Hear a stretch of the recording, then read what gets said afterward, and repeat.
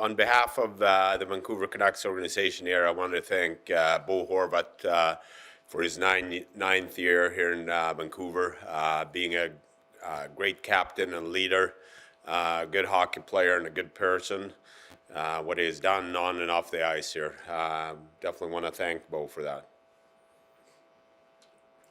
So we'll start with the return for you guys. Well, what most excites you from the three? You know what? You can look at it that we got actually 3 first-rounders back here. I think it was important for us to get a first-round pick back. We got a young prospect in Aatu Raty, and again, we're getting a 25-year-old young player in Antonio Beauvillier back here that been playing pretty consistent for New York Islanders over the last couple of years. I've seen him a lot in my previous organization in the playoffs here. Like the details he plays with, his tenacity, his puck hunting. I think he will fit in well here in our top 6 group on the left side. With Raty, is he the type of player that you want to kind of have in the AHL to develop more, or like he's played some NHL games already this season? Yeah, you guys saw him here, right? Yeah. Good. You know what? We're gonna sign him to Abbotsford again. His first year pro, played really well at the World Juniors this summer. Played really strong in Finland. His draft year +1 there. Getting all those young players down to Abbotsford and growing them down there, educating him how we want to play, and for him to settle in the system we want to play here first. So that's the plan. Is there an attractive part, with Beauvillier in the sense that he probably can do more and he has a year left, so there's a lot of incentive for him and probably for you guys to see? Yeah, no, exactly. Beauvillier, I mean, he's shown that he's capable of playing both special teams, power play and penalty kill. Again, we're really effective on the line there over the last couple of playoffs there. So he's excited to join this group here and the way we want to play moving forward. Did you get enough for both? Well, again, I think the market dictates what the players are worth. And then in this case, we're really excited when we get back. How long did you work on this trade, and did you come close earlier this season to doing a deal for both? You know what? When I, took over here a year ago, getting a little bit of a feel for what the other teams are feeling about our players, we were definitely hoping that there were a deal to be made with Bo here since the end of last year, and we certainly wanted to keep him here. But when we made our offer and were understanding that that might not be the case, my job is to check around in the league and talk to teams and see if they have any interest in the player and if there is a potential return there. And I've been talking to teams, since I got the job, basically. And why now? Why not closer to the deadline? Maybe you get more bidders, or maybe the bidding comes up. Yeah, or maybe not. I think you guys, asked if we should sit him out or not. I think the timing was right here. We were happy with the return. I think it was a good hockey trade for both teams. At what point did you realize that you weren't going to be able to sign Bo? Well, it was, I don't know when we kind of sense it more, but it was a couple of months ago when we kind of put our best offer in there, and they wanted to wait, and that's where we felt that we need to see what the value is on Bo Horvat around the league and get a return. Did you think there was still a mechanism after the Kuzmenko extension to do both? From our side, it was. We were open. We never closed any doors. Was meeting with his agent here before the game against Chicago, and I respect that Bo had put himself in this position to be a UFA this summer, where he can dictate where he wants to play and how much money he wants. With Raty, what type of potential do you think he has, and what do you envision him bringing to the team for future years to come? Our scouting staff here really liked him his draft year. He was a highly rated player. Struggled a little bit in the end of his draft year. I think that's why he slided out of the first round. But he had such a strong draft year, +1 back in Finland there, having a point per game, I believe, in the top league there, and then came back and played really strong here at the World Juniors. Like the size, 6'2", center, competitive, good two-way game, a lot of details. For a young player to step in right away from Europe and play the way he has done in New York here for 12 games is pretty impressive. That being said, it's up to us here. I believe we have our development staff in place and our coaching staff to help him to become a full-time NHL player here. And when the time is right, we're gonna help him with that. Do you see that as center? Like others have suggested he might be a winger moving forward, but do you see him as a center? I definitely would hope that we continue to work with him in the middle. The games I've seen with him up in New York, he's been playing center there, and very, very responsible 200-foot game. Does this open the door? Does this open the door for more trades now?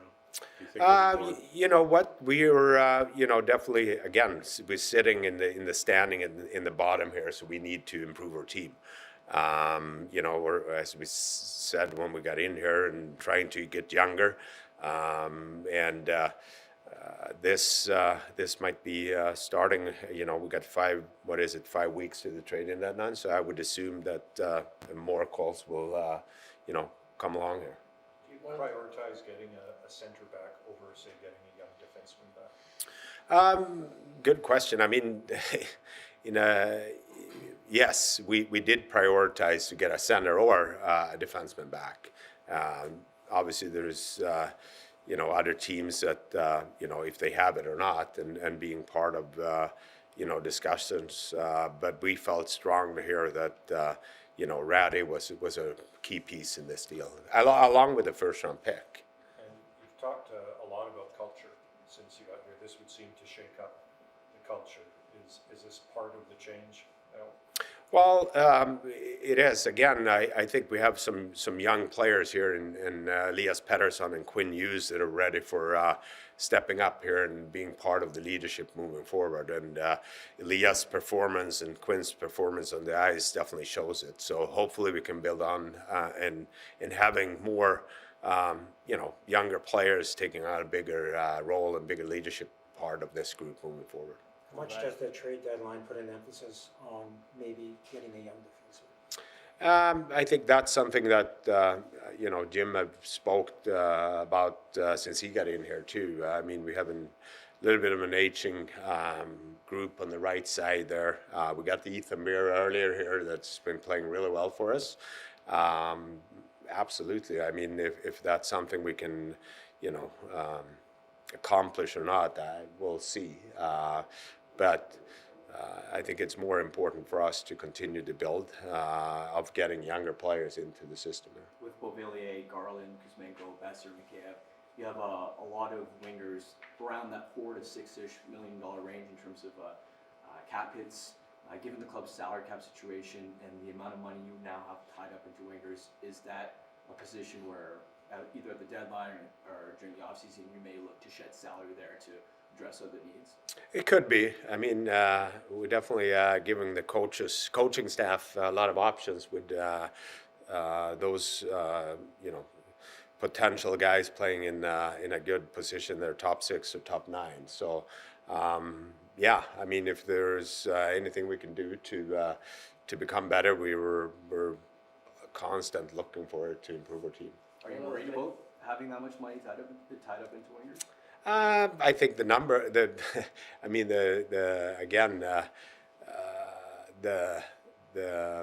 salary is that if the player is performing well, I'm not worried about that. I think our guys have been performing pretty well, but I do think that they have another level here with a different structure and different place and how we want to play. Who's going to be Miss Bo captain? in the face-off circle, big time. You're gonna miss Bo in the face-off circle. How do you overcome that issue? Yeah, I mean, definitely going to miss him there. The other guys have to step up, right? I think they are capable of doing better, and we'll work on it. What is the process, what does the process look like in terms of replacing him as captain, and what would that timeline be like? Who all is involved in a decision like that? Yeah, no, good question. Definitely, it's hard to move your captain away. It was definitely a hard conversation that I had with with Jim and hear Rick talk it.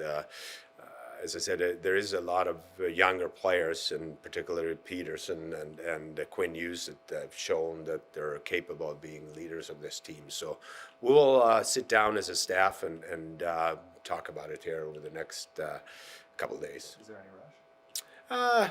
Not a rush, but I do think that there will be a decision here. Either way, what we come up with, But I do think that Pettersson and Quinn Hughes have shown that they're capable of taking over this team. Do you think 3 A's is the way to go, just the rest of the way, and then figure out? It could be. It could be. Depends how Rick Tocchet wants to have it, and I'm going to talk to Jim as well. So. One of the pleasures of being a captain is talking to us every night. Do you think that Pettersson and Hughes are ready for that? You guys are great. So why not? I think no. Yeah. It is. Definitely. Playing in a Canadian market is definitely a challenge, and more comes to it too. But I do think that a lot of younger players has grown into it. And again, I think that every leader is different. You're still gonna, hopefully perform on the ice, and that way lead this group moving forward more than talking off the ice. And it's been a couple of months, I think, since Brock Besser's agent sort of got involved in the process. Are you finding much traction in talks with Brock? I don't know who said that. I don't know if his agent said that he got involved or not. I sure haven't said it, but I'm happy how Brock has been playing, especially here. The last 10 games, I think Brock has been playing really well. Again, our job is to help him find his game, coming in here, feeling good about himself every day, and continue to push himself and continue to play well. I mean, Brock is only 25 years old and capable of scoring 25 to 30 goals in this league. Has to assume that there was a lot of interest in Bo Horvat. He felt like the big fish on the market. Did you get close with other teams, or was this kind of the one deal that stuck out as, okay, this is the most value for our organization moving up, or was there a lot of different ones you had to kind of pick through? I prefer not to negotiate and communicate that part with you guys, but as you mentioned, Brock is a good player, and a lot of teams would look in for adding a player like Bo Horvat. Yeah. I guess to follow up with that, just simply how good does it feel to add a first round pick? We can't really ask you a lot of questions about it, but just as a scouting background you have, how nice is it to add a first round pick? Yeah, it's important for us. Definitely now we have 2 first round picks here, potentially. It's a protection on this one. But I think that was a big importance for us to get a first round pick in return, and also get those 2 quality younger players. And Lou Lamoriello said 25% retained on Bo Horvat's contract. Correct, and I think that just shows how hard it is in the cap world we are in to make hockey deals. I'm sorry, I know you've been talking for close to 18 minutes now, answering some questions, but why this deal now? Well, as I said, you're getting 5 weeks away from the deadline. We were in a break here, and communication leading up with other teams to this point, we felt that this was a really good and intriguing deal for us to be made here today. You've talked about leadership, and you've talked about Luke Shen, who's one of your other unrestricted free agents, as being a guy you wanted to keep in that room. Is he kind of in the same situation as Tyler Mott, where you can't afford to let a UFA go, or is that something where it's a harder decision because of that case? It's a hard decision for different reasons. I have a lot of respect for Luke Shen as a person, and what he brings in terms of winning habits. I mean, he won 2 cups, and he's a very attractive player. and what he brings here day to day. So that's definitely a hard one for us. But we also understand that he's a UFA, and we'll see where if there is another deal to be made, or what their decision will be here over the next couple of weeks. Were these players on your radar at the draft last summer? In terms of if you were to move up or do a deal at the draft, Beauvillier, the guys you got today, were they on your radar even a year ago? In terms of interest? I mean, I've been watching those players for, Raty for the last 3 years, I believe, and Beauvillier specifically more. As I said, we got knocked out in Pittsburgh there, so they were really hard to play against. Did you try to move up last summer at the draft? If I was trying to move up, I don't, well, I don't even remember that far, but we did. There was lots of speculation. last summer Yeah, about I don't know. I don't think we tried to move up. No team moved up there, so yeah, we weren't able to move up. We were looking to improve our team, but not in terms of making draft picks move, I believe. You have some spots now at the NHL level with sending down DiGiuseppe. You lost Lane Peterson, Bo Horvat obviously gone. With Vasily Podkolzin and Niels Höglander, is it still a long-term AHL thing for them, or is this might be time to get him under Rick Tocchet here and start working with him? Yeah, we as a staff here, we're gonna obviously we're missing some bodies here coming in to New York a week from now. So we'll get together here and we need to make some call-ups. Those particular names, Podkolzin has been playing really well. Not just scoring, I think his attitude and how he plays a 200-foot game and his practice habits has been extremely well. So I could see him and I could see Nils eventually getting a chance coming back up here and showing. As of now, where we sit in the stands, I would hope that those guys going to get an opportunity to go for a long run in Abbotsford in the playoffs there too. So. What have you been told about Podkolzin's game in the A? It seemed like when he was here, Patrick, he was trying not to make a mistake on any given shift. Where there, he's probably, I don't know, playing more free or structured or... Yeah, no, I agree. I think it was tough to watch those younger players being, afraid of making mistakes up here and, not playing to their strength and potential. So part of it was to get him more loose, relax, have fun, enjoy the game, and I think that's what he's been showing here, is my understanding the last couple of months.